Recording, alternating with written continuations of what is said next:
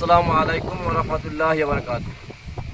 সম্মানিত বন্ধুগণ, আপনারা জানেন আজ আমাদের প্রিয় নবী হযরত মুহাম্মদ সাল্লাল্লাহু আলাইহি সাল্লামের জন্মদিন। যাকে সৃষ্টি না করলে আল্লাহ পাক রব্বুল আলামিন এই পৃথিবীর কিছুই সৃষ্টি করতেন না, যার সুপারিশ ছাড়া আমরা কেউ জান্নাতে যেতে পারবো না।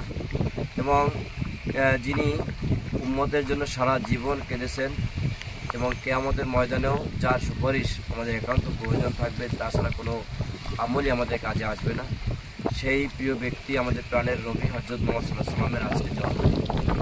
আসলে জন্মদিন বা মৃত্যু দিবস এটা কোনো বিষয় না, বিষয় হচ্ছে আমরা রাসূলুল্লাহ সাল্লাল্লাহু আলাইহি ওয়াসাল্লামের রেখে যাওয়া আদর্শ এবং তিনি যে ইসলামের জন্য যেই পরিমাণ ত্যাগ, যে পরিমাণ কষ্ট করেছেন, সেই কষ্ট বা সেই আদর্শ আমরা কতটুকু বাস্তবায়ন করতে পেরেছি।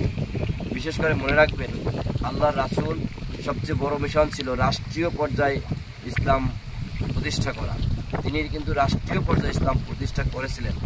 এবং আপনারা জানেন হযরত মুহাম্মদ সাল্লাল্লাহু আলাইহি ওয়াসাল্লাম হিজরতের পরে মদিনায় এসে তিনি মদিনা রাষ্ট্র পরিচালনার দায়িত্ব পালন করেছেন, টানা 9 বছর দায়িত্ব পালন করেছেন। মক্কা বিজয়ের পরে মক্কা এসে রাষ্ট্রীয় পর্যায়ে দায়িত্ব পালন করেছেন। তিনি ইসলাম হুকুমত প্রতিষ্ঠা করেছেন। শুধু তাই নয়, আমার রাসূল হযরত মুহাম্মদ সাল্লাল্লাহু আলাইহি ওয়াসাল্লামের ইন্তেকালের পরে হযরত আবু বকর রাদিয়াল্লাহু তাআলা আনহু, হযরত উমর রাদিয়াল্লাহু তাআলা আনহু, হযরত ওসমান রাদিয়াল্লাহু তাআলা আনহু, হযরত আলী রাদিয়াল্লাহু তাআলা আনহু, তারা প্রত্যেকেই রাষ্ট্রীয় শাসক ছিলেন, রাষ্ট্র পরিচালনা করেছেন, খলিফা হিসেবে তারা দায়িত্ব পালন করেছেন। সুতরাং আমরা ইসলামকে শুধু তার ব্যক্তিগত আমল, আখলাক, তসবিহ, মসজিদ, আজান, মানে এই মিলাদ, কিয়াম বা তার দিবস পালন বা আমরা এই সামষ্টিক আমলের ভিতরেই সীমাবদ্ধ না রেখে, এগুলো তো অবশ্যই প্রয়োজন, আমরা এই আমলগুলোও করব। পাশাপাশি আল্লাহর রাসূল যে রাষ্ট্রীয় ব্যবস্থা প্রতিষ্ঠা করেছিলেন, রাষ্ট্রীয় শাসক ছিলেন, রাষ্ট্রীয়ভাবে তিনি রাষ্ট্র পরিচালনা করেছেন, আমরা যেন রাষ্ট্র পরিচালনার জন্য ভূমিকা রাখতে পারি। এই জন্য সকল উলামায়ে কেরাম ঐক্যবদ্ধভাবে রাষ্ট্রীয় পর্যায়ে ইসলাম প্রতিষ্ঠার জন্য আমাদের কাজ করতে হবে। কারণ রাষ্ট্রীয়ভাবে যদি ইসলাম প্রতিষ্ঠা না হয়, তাহলে আপনি যতই যা বলেন, ইসলামের সকল দিকগুলো ফুটিয়ে তোলা বা ইসলামের সৌন্দর্য ফুটিয়ে তোলা বা ইসলামের সকল আমল করা, এটা সম্ভবপর হয়ে ওঠে না।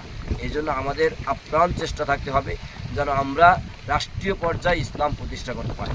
এবং সেজন্য এই দেশে আপনারা জানেন অনেকগুলো দল রাষ্ট্রীয়ভাবে ইসলাম প্রতিষ্ঠার জন্য কাজ করতেছে, এটা খুব ভালো দিক। তবে মনে রাখবেন, ঐক্যবদ্ধ প্রচেষ্টা ছাড়া সফলতা অর্জন করা যায় না।